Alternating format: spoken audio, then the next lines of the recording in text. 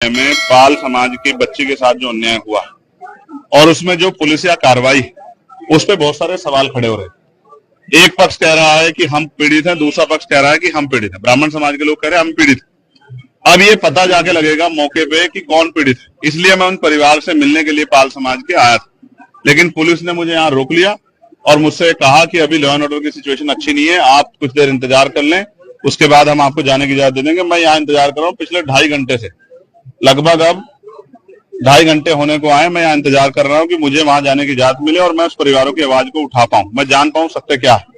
इसी तरह करछना में जो अन्याय हुआ कि एक शेड्यूल कास्ट के व्यक्ति को जला के मार दिया, उस परिवार को न्याय मिले, उस परिवार के साथ जो डर भय का माहौल खत्म हो, उसके लिए मैं यहाँ हूँ। लेकिन अभी तक पुलिस ने कोई ठोस जवाब दिया। मैं कुछ देर और इंतजार करूंगा। अगर पुलिस ने जो वादा किया है कि हम आपको जाने देंगे या परिवार से मिलाएंगे, अगर पुलिस पे खरी उतरती तो फिर मैं पूछ करूंगा, कौशाम्बी भी जाऊंगा और करछना थाने वाले परिवार से जाकर उनसे मिलूंगा, उनकी न्याय की लड़ाई को मजबूत करूंगा। आप धरने पे भी बैठे हैं, क्या कारण है? मैं इसीलिए बैठा हूं कि क्या उत्तर प्रदेश में कानून व्यवस्था इतनी कमजोर हो गई है कि एक सांसद अपने परिवार से नहीं मिल सकता है? क्या हो गया उत्तर प्रदेश में? हम इलाहाबाद में, जहां पूरे उत्तर प्रदेश के लोग आते हैं न्याय मांग रहे हैं। हम तो लंबे समय से मेरठ में हाईकोर्ट की बेंच की मांग को भी उठा रहे हैं, लेकिन इलाहाबाद में इसलिए मुझे तो रोका गया। अपराधियों क्यों रोका गया? 500-700 पुलिस लगा के क्यों रोकना चाहते हो? क्या एक परिवार से नहीं मिलने की छूट दे सकते हो आप लोग? तो मैं तो कह रहा हूं मैं अकेला जाऊंगा, आपके साथ जाऊंगा, आप ले चलो, लेकिन मुझे मेरे परिवार से मिलाओ, मैं उनकी तकलीफों को जान दो। भी उस माँ से मेरी बात है जो बच्ची की माँ, उन्होंने कहा मेरी बच्ची की हालत आके देखिए, हमारी हालत आके देखिए, हम यहाँ डर के साए में, हमारी मदद कीजिए, हमारी आवाज उठाइए। तो पुलिस मुझे क्यों रोक रही? क्या पुलिस किसी को छिपाना चाहती है? क्या पुलिस दबाव में काम कर रही है? मैं तो मानता हूं पुलिस कभी दब नहीं सकती, लेकिन इस बात को जानना पड़ेगा कि सब क्या हो रहा है।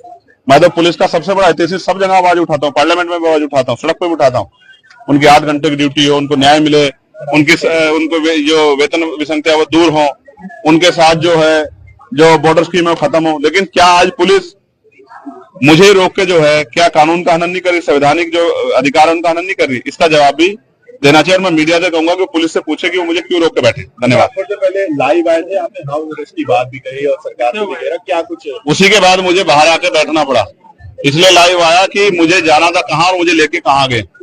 मैं संवैधानिक विचारों का प्रयोग, संवैधानिक विचार पे हूँ, इसलिए पुलिस से बातचीत कर रहा हूँ, वरना मैं लड़के भी जा सकता हूँ, मोटरसाइकिल पे बैठ के भी जा सकता हूँ। पुलिस जानती है जब मैं जाने पाऊंगा चला जाऊंगा, लेकिन मैं संवैधानिक विचार को मानता हूं, संविधान को मानता हूं, इसलिए पुलिस से बात कर रहा हूं कि भाई हमें जाने दिया जाए या उस परिवार को हमसे मिला दे। अगर नहीं जाने दिया जाता तो क्या कुछ कदम उठाया जाए? तो फिर अभी तो इलाहाबाद में आप संघर्ष देख रहे हैं, फिर आप लखनऊ में देखना, विधानसभा का घेराव होगा, मुख्यमंत्री आवास का घेराव होगा, इतने बड़े पैमाने पर होगा कि पूरे प्रदेश से ट्रेन में लोग आएंगे और लखनऊ का चक्का चक्का जाम कर। अच्छा, इटावा में हाल ही में एक घटना हुई जिसके बाद सुर्खियां तेज होगी, राजनीति जातिवाद पे आ गई, किस तरह इसको देख रहे हैं? क्या इटावा में आप उस घटना की बात कर रहे हैं जहां एक यादव समाज के कथावाचक की चोटी काटी गई, उसको मूत्र जो है उससे नहला गया, उसी की बात कर रहे हैं क्या? आप ये समझिए, अगर ये आजादी से पहला समय होता संविधान से, तो ये उनके साथ जो हुआ वो सही था।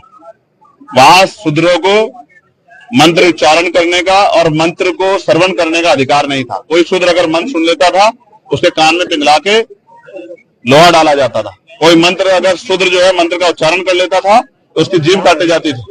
लेकिन अब तो संविधान का युग है, इसमें तो अगर आप किसी को भी, भाई मैं आपसे पूछना चाहता हूं कि ब्राह्मण समाज के लोग जो आज वहां कह रहे हैं कि भाई हमसे हमारे साथ अन्याय हुआ है, तो मैं पूछना चाहता हूं कि क्षत्रिय को, वैश्य को, महिलाओं को, दलितों को, पिछड़ों को, आदिवासियों को पुजारी बनने का अधिकार क्यों नहीं?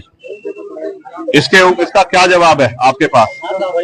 कि आपके पास क्या जवाब है कि संविधान जब सबको बराबर का अधिकार देता तो पूजा करने का अधिकार तो सबको है, कांवड़ पे जाने का अधिकार सबको है, लेकिन पुजारी बनने का अधिकार क्यों नहीं है? बाबा साहब अम्बेडकर ने तो पूजा करने के लिए, मंदिर में जाने के लिए, पूजा करने के लिए नहीं, मंदिर में जाने के लिए संघर्ष किया था, कालाराम मंदिर में।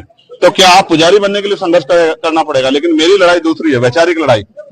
मैं उनका स्वागत नहीं करूंगा, उनके साथ अन्याय हुआ इसलिए मैं उनके साथ खड़ा हूं, लेकिन मैं चाहता हूं कि वो भगवान बुद्ध के विचारों की कथा करें, गुरु रविदास जी के, गुरु नानक जी के, गुरु कबीर जी के, प्यारेलाल यादव जी के, बाबू जगदेव प्रसाद कुशवाहा के, संत गाडगे जी के, नारायण गुरु के, बाबू जो शिव दयाल चौरसिया जी के।